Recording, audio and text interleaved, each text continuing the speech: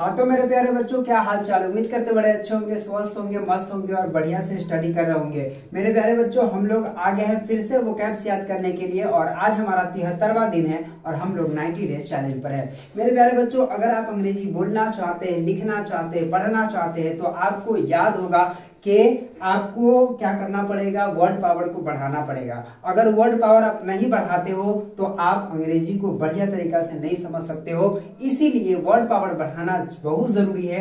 तो आज जो मैं वर्ड पावर लेकर के आया हूँ, जो वर्ड लेकर के आया हूँ बहुत ही अच्छा वर्ड है और इसको आप बड़े ही आसानी तरीका से याद कर सकते हो, बेहतर तरीका से याद कर सकते हो। कैसे पढ़ोगे, आइए पढ़ा देते हैं ताकि जो है आपको कोई भी दिक्कत ना हो और आप आसानी से इसको याद कर सको। सबसे पहले अपने नोटबुक में इसको नोट कर लीजिएगा और नोट कर लेने के बाद आपको आईने के सामने में खड़े हो जाना है या फिर सामने खड़े हो जाना है, कैमरा के सामने खड़े हो जाना है और उसकी प्रैक्टिस करना है। कैसे करोगे और बात करते हैं।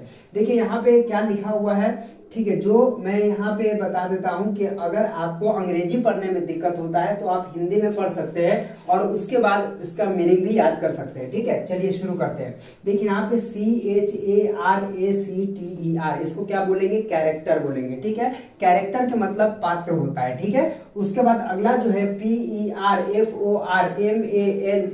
इसको बोलते हैं परफॉर्मेंस। परफॉर्मेंस का मतलब होता है प्रस्तुति। ठीक है, जो हम प्रदर्शन करते हैं, परफॉर्मेंस करते हैं, ठीक है ना, उसी को हम क्या बोलते हैं, प्रस्तुति कहते हैं। उसके बाद अगला जो है DECORATE, इसको बोलते हैं डेकोरेट। डेकोरेट का मतलब होता है सजाना। जब कोई चीज को सजाया जाता है तो हम कहते हैं कि डेकोरेट किया जा रहा है, घर को डेकोरेट किया जा रहा है। तो डेकोरेट का मतलब क्या होता है, सजाना होता है। उसके बाद POLLUTE, इसको बोलते हैं पोल्यूट। पोल्यूट का मतलब होता है प्रदूषण है या प्रदूषित करना। ठीक है, तो पोल्यूट का मतलब क्या होगा, प्रदूषित करना। उसके बाद HARDLY, हार्डली।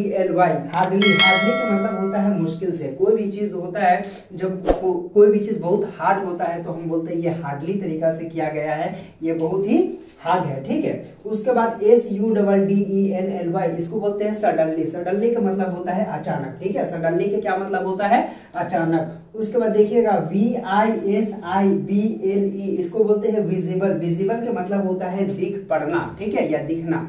उसके बाद FRESH, इसको बोलते हैं फ्रेश। फ्रेश का मतलब ताजा होता है।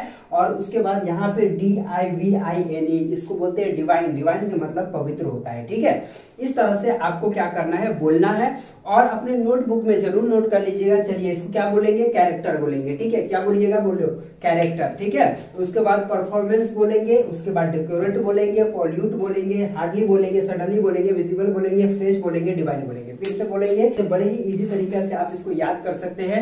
नोट जरूर कर लीजिएगा ताकि जो है आपको कभी भी जरूरत हो तो आप इसको याद कर सको। और बेहतर तरीका से अगर आप अंग्रेजी पढ़ना चाहते हैं, सीखना चाहते हैं तो चैनल पे नए हो, चैनल को सब्सक्राइब कर देना, बेल वाले आइकन को प्रेस कर देना। चलो फिर मिलते हैं आपसे नेक्स्ट वीडियो में, तब तक के लिए बाय।